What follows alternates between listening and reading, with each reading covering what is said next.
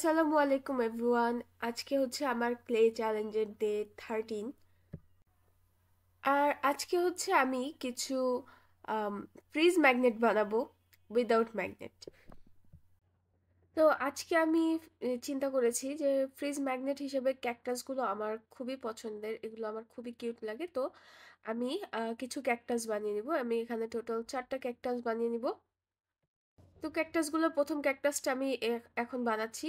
আর এর জন্য হচ্ছে আমি একই রকম 4টা টব বানিয়ে নিব। আহ, প্রত্যেকটা ক্যাকটাস বানানোর আগে হচ্ছে আমি টবটা বানাবো, একসাথেই বানাবো। তো আম, এটা হচ্ছে আমি প্রথম টবটা বানিয়ে নিয়েছি।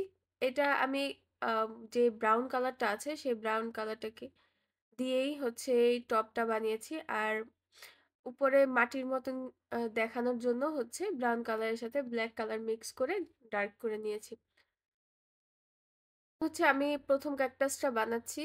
এইটার জন্য আমি একটু লম্বাটে করে শেপ নিয়ে নিয়েছি। আর যে এই টুলটা, ক্লে বক্সের এই টুলটা আমার খুবই পছন্দের। অন্য কোনো টুলই আমার খুব একটা কাজে লাগে না, কিন্তু এই টুলটা খুবই কাজের। এই টুলটা দিয়ে খুব সুন্দর করে কাটার শেপগুলো দেওয়া যায়, পাতার শেপগুলো দেওয়া যায়। তো এই ক্যাকটাসগুলো বানানোর জন্য কিন্তু আমি একটু বেশি করেই ক্লে নিয়ে নিয়েছি, যাতে একটু মোটা মোটা করে বানানো যায়। পাতলা করে বানালে কিন্তু এগুলো ভেঙে যাবে।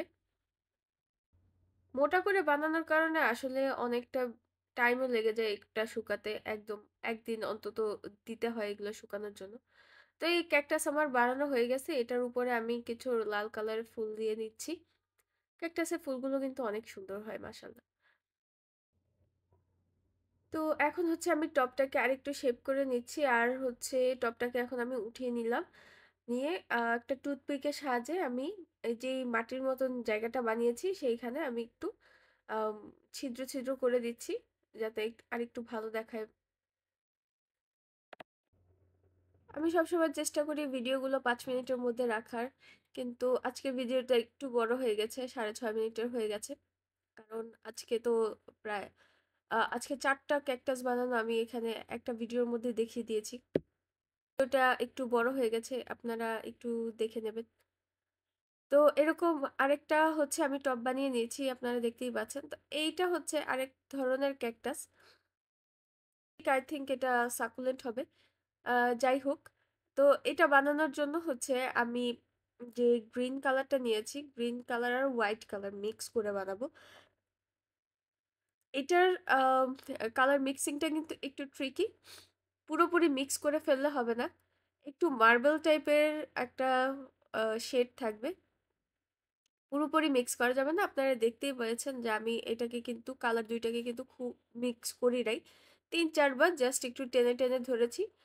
আপনারা ঠিক ক্লিয়ারলি দেখতে পাচ্ছেন কিনা আমি জানি না, কিন্তু এই পাতাগুলোর মধ্যে কিন্তু সাদার একটা সুন্দর শেড চলে আসছে, যে গ্রিন আর হোয়াইটের একটা সুন্দর শেড চলে আসছে। তো আমি পরে পাতাগুলোর একটু খাঁজ খাঁজ কেটে নিয়েছি।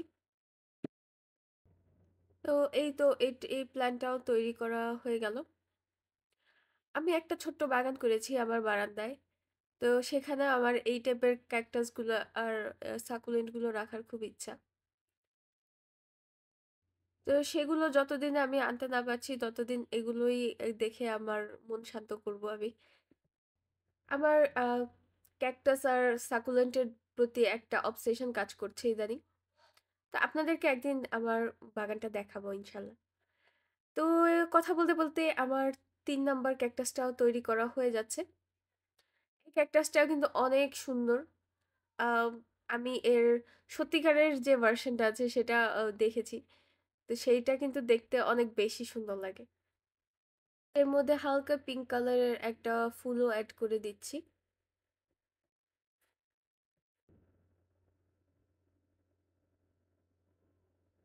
আমি এখানে অনেকগুলো পাতা দিয়ে হচ্ছে একটু রোজ টাইপের, কিন্তু আসলে রোজ না, এরকম একটা ফুল বানিয়ে নিয়েছি। তো এখন লাস্টলি আমি একটা ক্যাকটাস বানাচ্ছি, যেটা হচ্ছে বানি ইয়ার ক্যাকটাস। তো এইটা আমার খুব পছন্দের একটা ক্যাকটাস। তো এই ক্যাকটাসটা বানানোও খুব সহজ। এখন হচ্ছে শেপটা দেওয়া হয়ে গেছে, এখন উপরে একটু কাটা কাটা যে ভাবটা আছে সেটা আমি সাদাটা দিয়ে দিচ্ছি। এই সাদাগুলো যদি আরো ছোট ছোট করে দিতে পারতাম আরো বেশি সুন্দর লাগতো।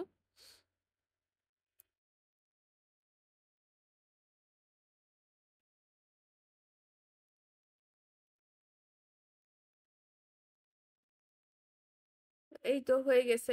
তো আমার কাছে বেশি বড় লাগছিল, এর জন্য আমি একটু আহ সাদাগুলো একটু ছুটিয়ে ছুটিয়ে নিছি। আর এখন এই একটা টুথপিকের সাহায্যে একটু ছিদ্র ছিদ্র করে নিচ্ছি। আমার কিন্তু 4টা ক্যাকটাসই বানানো হয়ে গেছে।